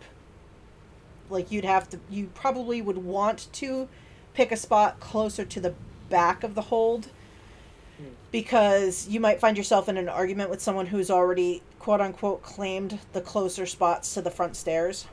All right, I'm gonna go right at the back. All right, so And get my hammock up and just chill. all right, so Antoinette spends a little time eavesdropping before heading off to bed. What about? I'm not gonna tell the others yet about what I've heard. Okay. What about Bart or Miri? What are you doing for the evening? Gambling. Gambling. Gambling. It's really I'm gonna good. take some of these pirates' money. And Bart, are you going to do gambling or something else? I think I'm gonna like schmooze with the crew members. You know, I don't know if I want to do it with Fish Guts or Sandara though. I think I'm gonna roll. Let's see. Roll 1d2. I'm gonna say 1 is Sandara, 2 is Fish Guts. Fish Guts. Fish guts. So I'll go join him in the galley and, you know, All have right. cooked talk. Sounds good. All right. So, as Bart leaves to go down below decks to find fish guts, Miri, you look around and a handful of games are kind of being set up. You can see the barrel is set up off to one side where it looks like a handful of arm wrestlers are getting ready to sort of go in, but you notice they take and break some glass and stuff on top of the barrel where they're going to arm wrestle, and sort of leave that, like, make it even more dangerous for whoever loses the arm wrestling match, because they're going to get their hands slammed into broken glass shards. You also see a group that have picked up this lead ingot that's covered in a pigskin, and they're greasing the outer layer of the pigskin, and they look like they're getting ready to play some sort of game with it. And then you see a third group who have claimed a large barrel that looks like it has some kind of dark, maybe rum in it.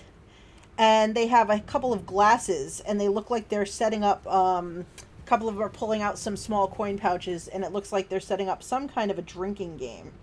Oh, that's where I'm going. It's the drinking game. All right, so you move over to the area where the drinkers are setting up, and you see the dwarf Narwhal with his broken nose. You also see this very tall, darker skinned woman who you really haven't had a chance to talk to yet. She kind of she looks at you. She doesn't seem really too friendly, but she doesn't seem like hostile toward you, just sort of indifferent, like she could take you or leave you. And there's also this small, ratty-faced halfling who has very long, like, gangly arms for a halfling. They're kind of almost misshapen to his body. And you notice he is missing 3 fingers on his left hand. And he just sort of gives you a nod and a look, and kind of lumbers over and settles himself down and takes a glass of alcohol. And the dwarf looks at you as you walk over, Narwhal, and he says, What are you doing, Bildrat?" Ah, I saw you all over here with some drink, and I figured I would join you.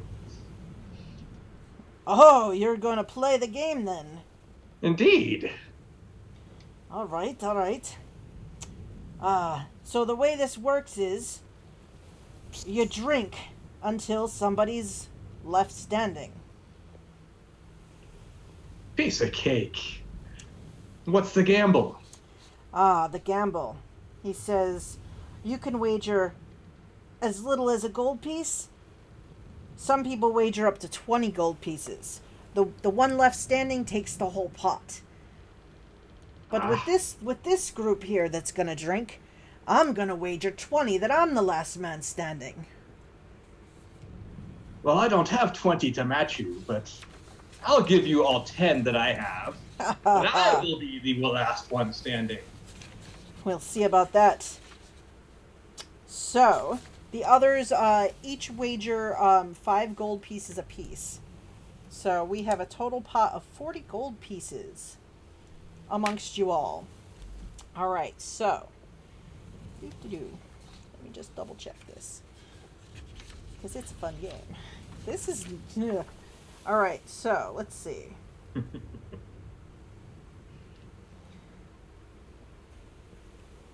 Cool. All right, so you're all handed a glass, and Narwhal holds up the glass and says, "Drink," and chugs down his rum in one swallow. The other two chug theirs down as well. As do I. All right, so I need you to roll me a Constitution saving throw.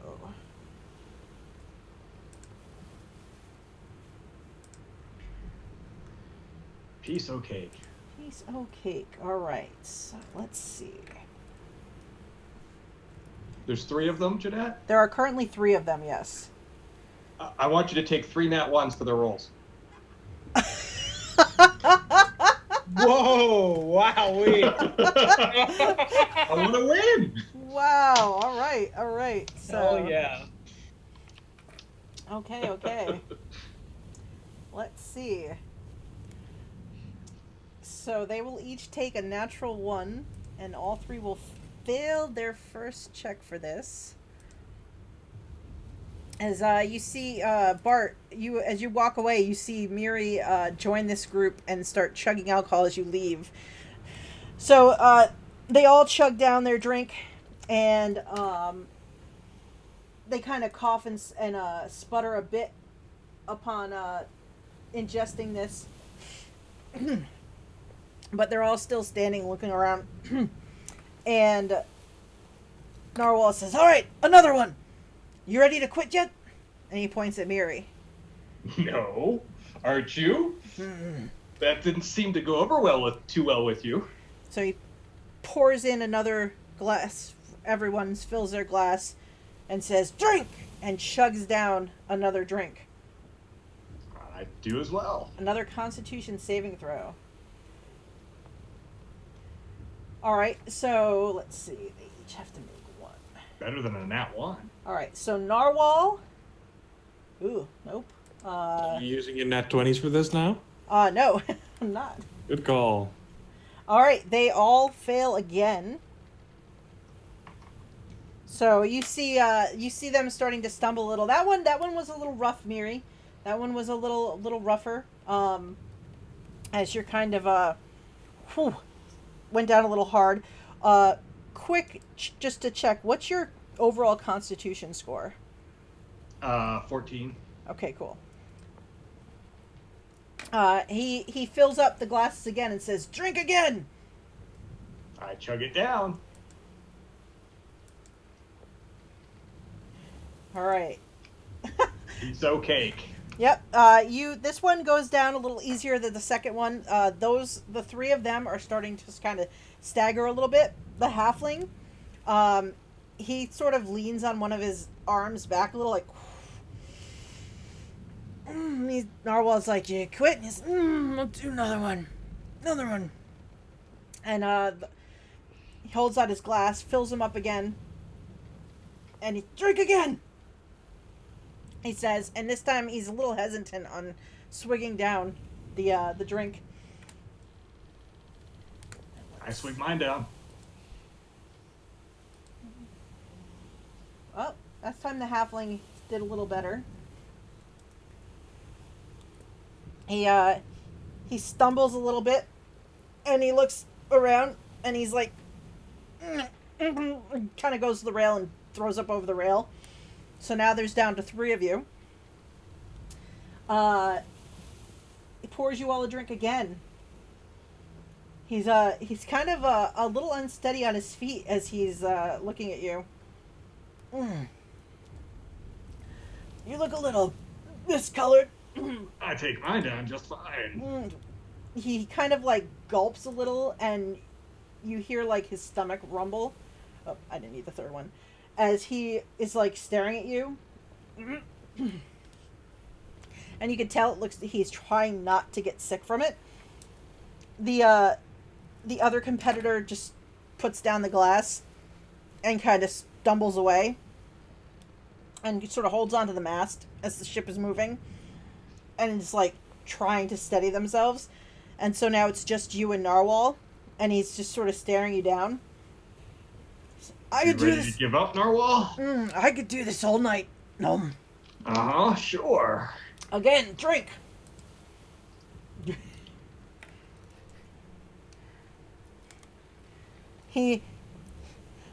You're feeling it now a little bit in your head, like you're a little bit dizzy, and the movement of the ship is making you a little bit sick, but you see Narwhal like clutching now the barrel as he's like nearly tipping it over to hold himself up. No alcohol abuse. He looks around and he looks like he's not sure what he wants to do. Do you give up? And then, without saying anything, he turns and he runs to the edge of the boat and throws up over the edge of the boat. As you're left standing next to the barrel with the small pile of gold, the 40 gold pieces just sitting on top of the barrel. I scoop up the 40 gold and put it in my pocket. It's a pleasure doing business with you, Jets. And as you are scooping it up, you do kind of feel just a little bit like lightheaded. Martins is sort of standing nearby, and he starts playing a tune behind you. And Cutthroat looks over and just sort of nods at you. He says, "Ha! You outdrank that surly dwarf. He's kind of an asshole." And I got his gold. If you're looking to spend it, I've got some things for sale in the quartermaster store during the day. Well, maybe tomorrow that'll be something I think about, but for now, I think my hammock is calling me. And I stumble downstairs and move to the back, and I just curl up in the corner. Martins is like, I think that maybe I'm going to... And Cutthroat's like, turns around, "I'm not done listening. Play me another tune." She spins him around on his feet and sits back down on her step to listen to another tune, her foot already going. So Martins is left on deck as you go down below. And Bart, you had walked away and headed down below and gone looking for fish guts.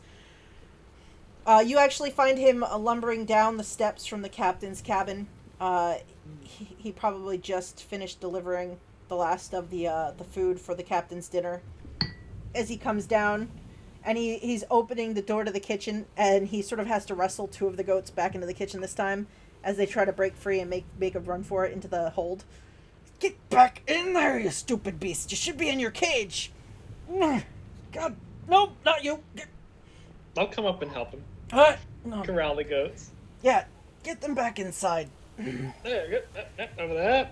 Every time I lock them up, they get out. And as you're sort of shoving the goat back inside and helping it get back in, a chicken sort of flutters down and lands on top of your head, and just kind of starts pecking at the top of your head. Hello there. All right. And I'll put the goats back in. They have a cage in there? There's like a pen set off in the corner. Okay. But every time you've been in here, the goats have not been in the pen. They seem to have some uncanny ability to just get themselves out of this pen. I'll corral them in there. Yeah, it seems Fish Guts has almost given up trying to keep them inside. And then, I'll just kind of find a comfy place to sit down here in the galley, and I guess pull out some alcohol to share with Fish Guts. Yeah. Sure. Do you want to make me a perception check to look for alcohol? I'm sure it won't be hard to find, but... Oh, you're around, sure. Roll a 2 and only find 20 bottles. Oh, hello. All right, so you do a quick kind of scan around looking for alcohol, you see the big like barrel of like the rums. But as you're sort of looking around, you notice tucked behind a couple of sacks of grain, kind of in the corner, there looks like there may be a couple bottles tucked back there. Oh. Okay.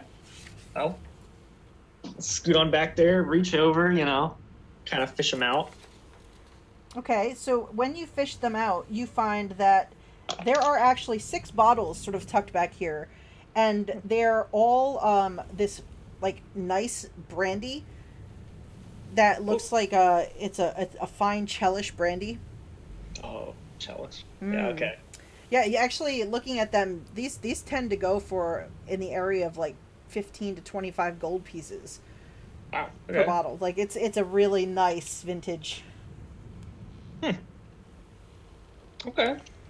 I think I'm gonna move them into the cupboard where I hid my potions that I got as well. So you kind of scramble over to the book cupboard. Yeah, and I I'll put them in there, and then I'll keep one out, and I'll kind of like shake it at Fish Guts like, huh? Oh, where'd you find that? Over there. Ah. Well, I don't know if you want to pop it open. You and me share a drink. Sure, we should save a glass or two for Cutthroat. She's she likes fine vintages and things like that. I'll be happy to. He kind of looks at his dirty like rum mug, and he kind of goes and finds a different glass and sort of wipes it on his apron, puts it down in front of you, and then wipes out his own mug and kind of puts it down. And then I'll pop it open and pour out some brandy for both of us. One of the chickens leaps up on his shoulder and just kind of settles in on his shoulder, picking at the side of his hat. You did a good job today with cooking for the meal. You'll get better at the killing the pigs and all that stuff, and it takes some practice, I think. Yes, I'm deft with a blade, but not a kitchen knife usually. That's fair. That's fair. Indeed. So, what do you think of the wormwood so far? Well, I don't disagree with the nice recommendation review that you gave it when we first met about poison and all that. You don't? No, I don't disagree at all. That's good. Oh, by the way, have I introduced you to my friend?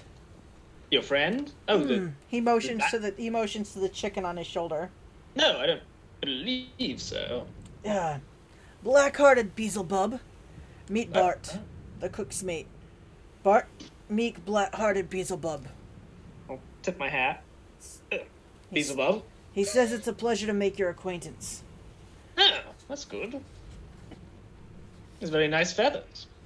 Yes, he's a rare breed, this one. I like to collect various rare breeds. So if I tell you to cook him, you're not supposed to cook him. If he's the last chicken on the ship, then they don't get any chicken. I see. Where do you get rare breeds of chickens here in the ocean? Well, I don't tend to find them in the ocean, but we stop at various ports. You see, that's what we collect goods and things like that. And sometimes when we stop other ships, they have various things they're shipping.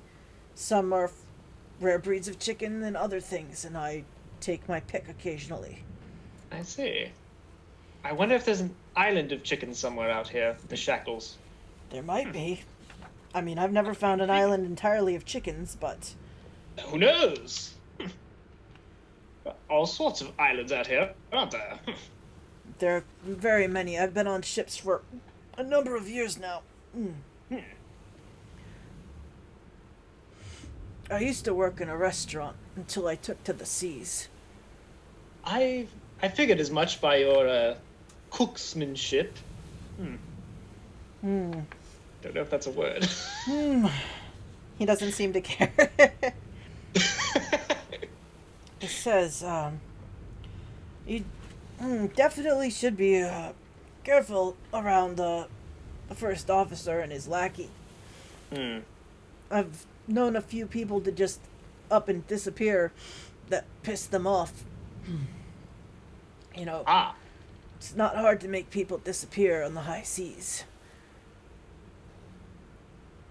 I had another cook's mate not long ago. What happened to them? I don't actually know. He up and disappeared. That's good. Huh. Well, I promise not to disappear anywhere soon, fish guts. Good man. Good man. Get you some nice chicken, if I am so lucky. He looks at you and he says, "It's funny they call me fish guts, and you're a fishman." That is, well, yes. I suppose I am. You have quite a set of teeth on you there. Yes, yes, I noticed that. I'm very good at biting things, you see. Don't eat the chicken. No, not at all. I would get heartburn, I'm sure. Beelzebub, you know. Yes, I don't actually quite understand how I became a fishman. I feel like I always have been, but also not. Rather strange. You weren't born a fish? No, I'm quite sure I was. Maybe. Okay. It's peculiar, I'll say that. Yes.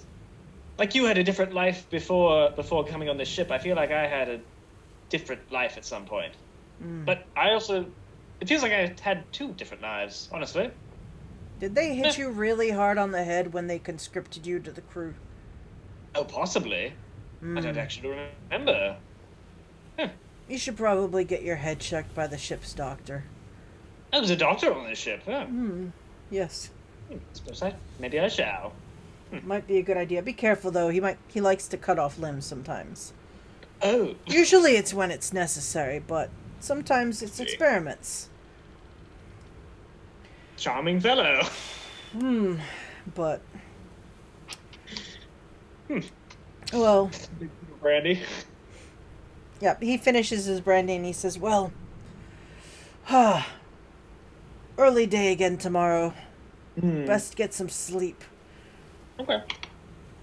I'll cork the bottle back up or whatever.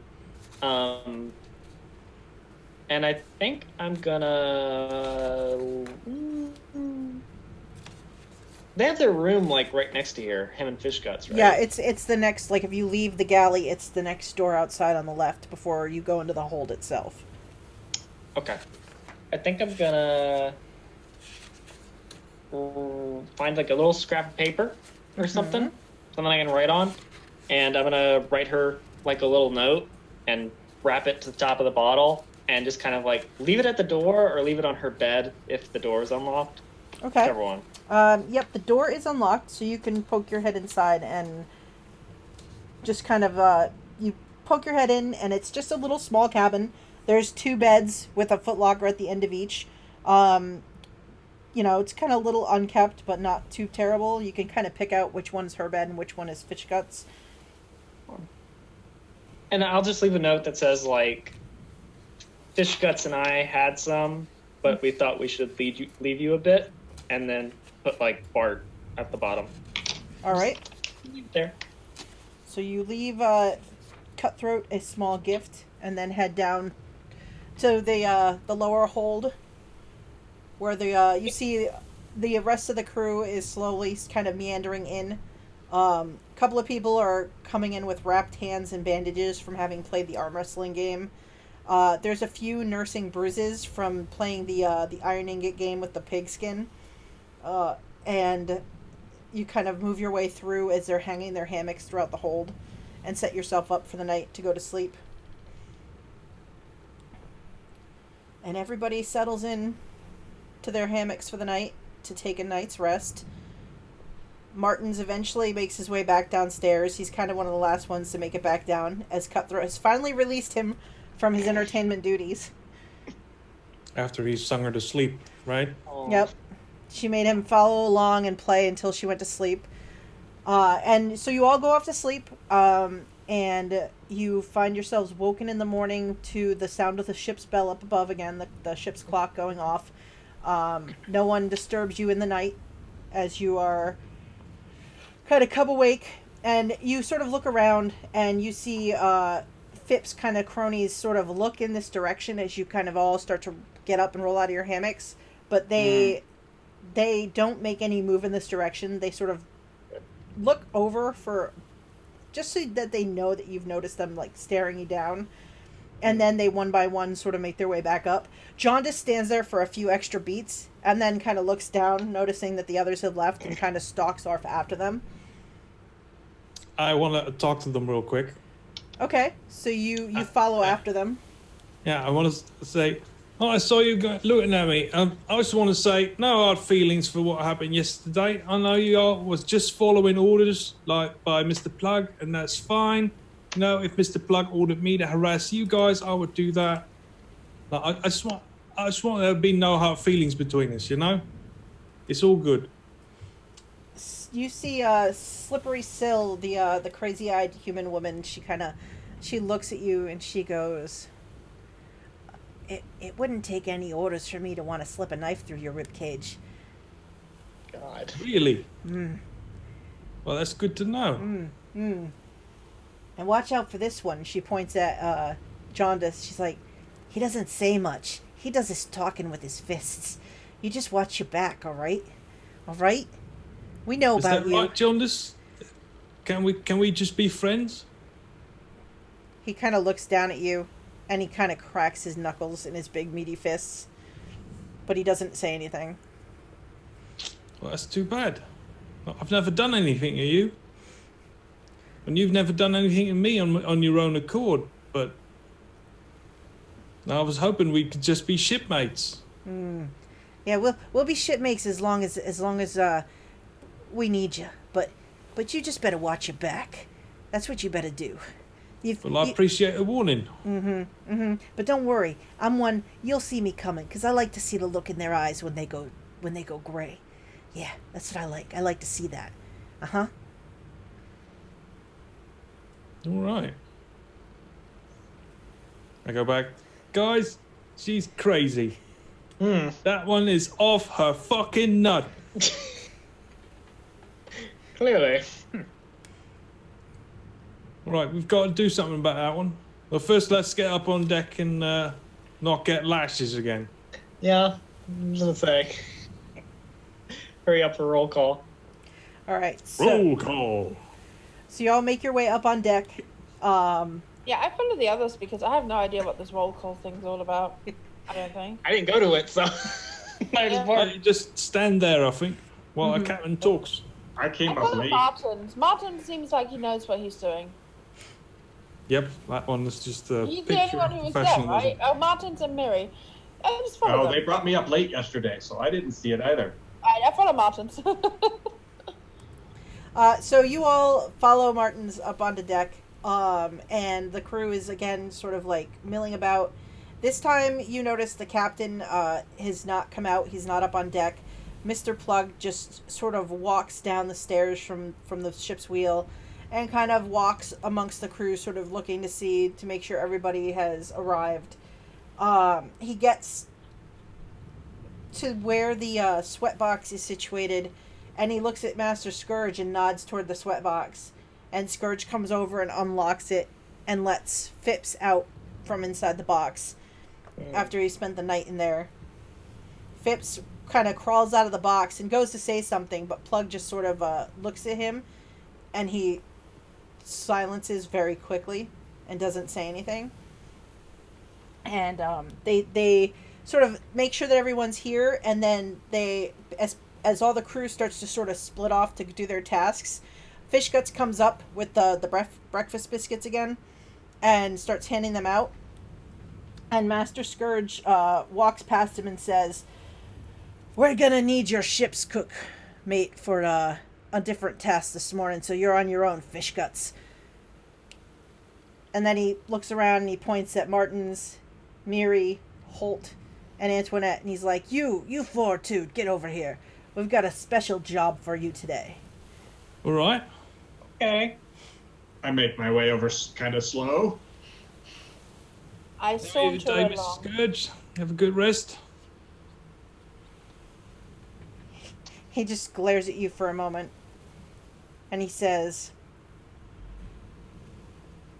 so, yesterday, after we brought you, and he points at Antoinette, up from the brig, we sent Mr. Scrimshaw down to make sure things were tidied up and in place.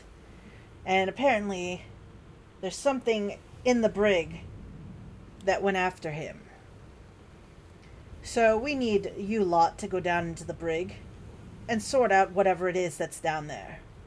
What Something do you like mean what? went after him? Well, it took a big old bite out of him. Is he all right? He's fine. He just got some stitches from the doctor. It's a doctor? And why are you sending us? I said. Well, Why shouldn't I send you down there? yeah, it's something we can handle that, right? Sure, why not? I've spent some time down there. Do we get our weapons back? That is a good question because it's hard to kill whatever it is when you're unarmored and unarmed. Bart puts his hands on his weapons that he has, proudly. He says, weapons? If you're talented enough, you shouldn't need your weapons. This is, let's say, a test to see how capable you are in a situation where maybe you don't have the right tools for the job. That is fair, Mr. Scourge. Fine. He looks at Antoinette and Miri and he's like, seems like you were lucky not to get eaten in your sleep while you were down there. Maybe it tastes a little too sour for whatever it is. I mean, that might mean there's some kind of water creature, right? Because the both of you are water people, like in your own way. I mean, also, we saw that water creature off the ship yesterday, remember? When the whole Hey, lashing that thing was thing. going on. It could have come on board, maybe. God, that is terrifying. Well, won't it Got be to good go if you take together. care of it? And We will. And as he turns to walk away, he mutters, I hope it takes care of you. Oh my god. I'm gonna cast a look over my shoulder at him. Is that a spell? Nope. Cast look. Cast look. I cast look at you with both eyes. It's very intimidating. Well, I will grab a hold of my rapier handle and my masterwork dagger handle, and I'll sort of puff up my chest and go, well, let's go hunt us a monster, ladies and gents. Yeah. I mean, it's good I found this hand axe then. At least I've got something. How's the rest of you doing? Do we need to stop at the quartermaster? Nah, I'm fine. Antoinette? No? Antoinette, do you need to stop and get anything? No, sorry, no. Sorry, I missed that. No. That's all right. Well, let's be off then. I'd rather be wearing some kind of armor, but you know, you take what you can get. All right, so you head back downstairs, and down into the lower hold to Right where. open the bilge door. Yep, to where the bilge door is. Who wants to open the bilge door for me? Before we do that, Oh, yeah. I'm going to reach down and touch one of the planks and cast light on it so that there's light into the hold. Nice. All right. What do you want me to roll? Athletics? Athletics, yes. All right, so you reach down and you pull on the door to the bilges below, and it seems to be stuck for just a second, and then it pops open. Gods, they should really clean this thing. Should. And you look like down through the open hole, and the light of the lighted floorboards kind of like shines down and sort of gives it like this sort of creepy kind of intonation too, because the light goes down for about 20 feet and then there's like dim light to the water, and then the brackish water is just sort of moving with the motion of the ship down below you. And I don't see anything. yeah, it looks aside from, you can see from the opening, you can see where Miri and Antoinette had been chained up on one side, and then off to the other you do see like some broken crates and stuff that look like they were just tossed down there to be disposed of and kind of sit in a corner. There's maybe like 4 or 5 of them tucked over there, but otherwise, yeah, as you look, you don't notice anything. And then you just see it looks like this dark form kind of move under the surface of the brackish water, and then disappear into the water, and you lose sight of it. And then off to another side, as you're all kind of cramming around the hole to take a look, you see a different form off to the other side. Oh, that's fun. But it doesn't break the surface, you just catch the movement underneath the surface of the water. Well, As you realize there are in fact something down here, and it seems like there's more than one of those somethings down here. Well, only one way to find out what they are. And I think Bart will like get on the ladder and say, "Tally-ho!" and just Wait! down Wait! into the Well, that water. seems dangerous. Wait! Oh, yes? Before you go down there, let me put a little thunder into our visit. Oh, Lord. I'll climb And now back it's up our to the top. present. Is this where the ship gets set on fire? We're gonna just... I am going to cast Thunderclap. Oh my Into the hole. gosh. Wow. What does Thunderclap do? So it creates a burst of thunder sound, which can be heard 100 feet away. The whole ship is like, what the fuck? What the was fuck? that? You must make a Constitution saving throw, and on a failed save, the creature takes 1d6 thunder damage. Wow. My goodness. Alright, let's see here. Alright. Oh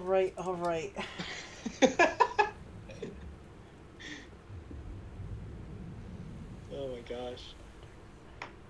So does this affect an area or just one creature?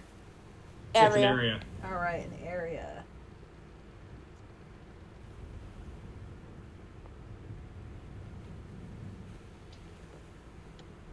Alright, so I like to think Miri sort of uses Bart's head to like bound down and get a in range of this, and then thunderclaps into the hold. So let's see.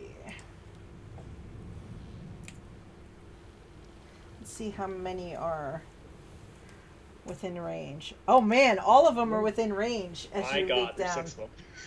Yeah. Hint, hint, there's 6 of them. And they need Constitution saving throws? Constitution, yes. Alright, let's see here. Da-da-da-da. Where are my monsters? There they are. Ha ha ha. Do, do, do.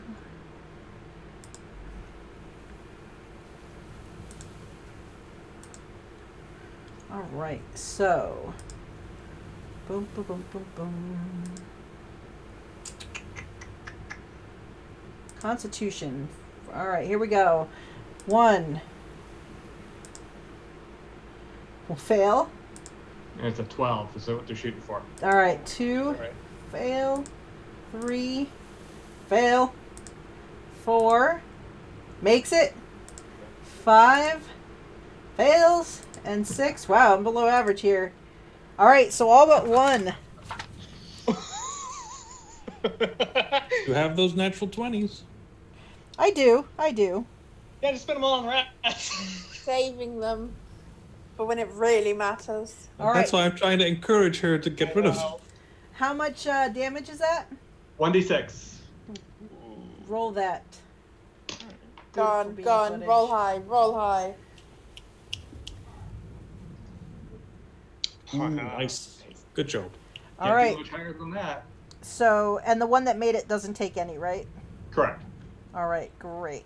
So, a loud cacophonous thunderclap goes off in the hold that echoes through the entire ship. As you all probably throw your hands over your ears in response Holy to this. fucking shit, what was that? You, Bart and Miri, because you are kind of on the ladder looking down, you see these giant, like, rats sort of like out of the water, like in pain. Like 5 of them sort of lurch up out of the water, and they look like they were surrounding the bottom of the ladder, but they start to scurry away from it at the sound of the thunderclap. And I think that we will cut there and come back next time. Before we Yes. stop, can I say Bart wants to tip his hat at Miri and then jump off the ladder towards the rats. Okay, that we can do. So Bart is just slow motion falling into the water below as Miri is holding the ladder, and the other 3 of you are sort of around the top of the hole looking in, just holding your ears in that moment. And that is where we will stop for tonight. As you now Good have episode. dire That was rats. fun. Good episode. Nice. Man, you guys are definitely not making friends with certain people. Well, that's okay. I'm trying so hard. I have plans. I I have such plans. So do I. All right. I don't think our plans are the same, but I'm enjoying saucer shenanigans. Mm-hmm. It is very I like having that definite thing that that group of jackasses is actually just evil, and there's no way to befriend them, because that should have worked on anyone who isn't like horrible. She's just giving Hulk crazy eyes like, I want to put a knife between your rib cage. You'll see me coming. I'm like, well, you won't see me coming then. Why would you give me that kind of warning? Cause she cuckoo. All right, Yeah. so why don't we go around and do some plugs? We'll start with Dylan. Oh, Hi. I'm Dylan, and besides here, you can find me on Saturdays at 3 p.m. Eastern Time, playing Dungeon of the Mad Mage over on twitch.tv/PowerscoreRPG. Yeah, we ran into some owlbears that are like Morpheus from the Matrix, and found a pot that can awaken a plant that you plant in it, and other weird stuff. So, I don't know. Mad Mage stuff. Indiana Jones eyeball trap. Yeah, I was busy feeding owlbears when that happened. So, you know. And how about Kat? I don't really have anything, but I had fun today. You have this. This is, I mean, if we have to have anything, this is good. Exactly. Excellent. And how about PaladinHulk?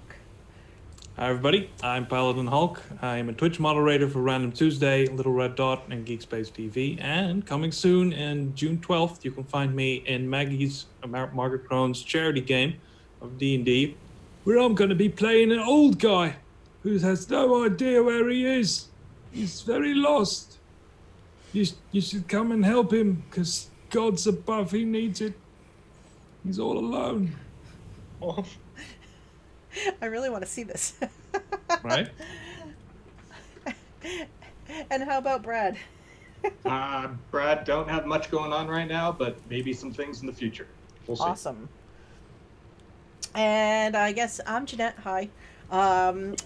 And this is my channel where every other Sunday we'll be playing this game for however long we adventure before they get themselves killed by pissing off their own pirates, or they kill their own. I don't know. Episodes. Yeah, maybe. Who knows? It's great. I love it.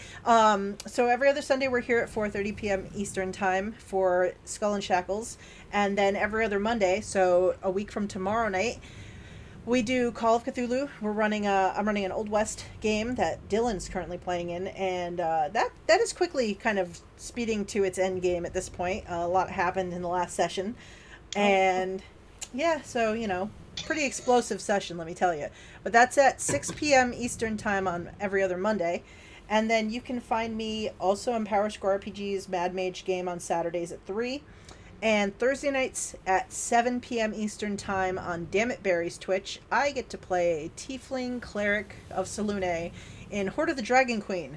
So we're running that, and we are quite a mess of a party, and it's awesome, and I love it.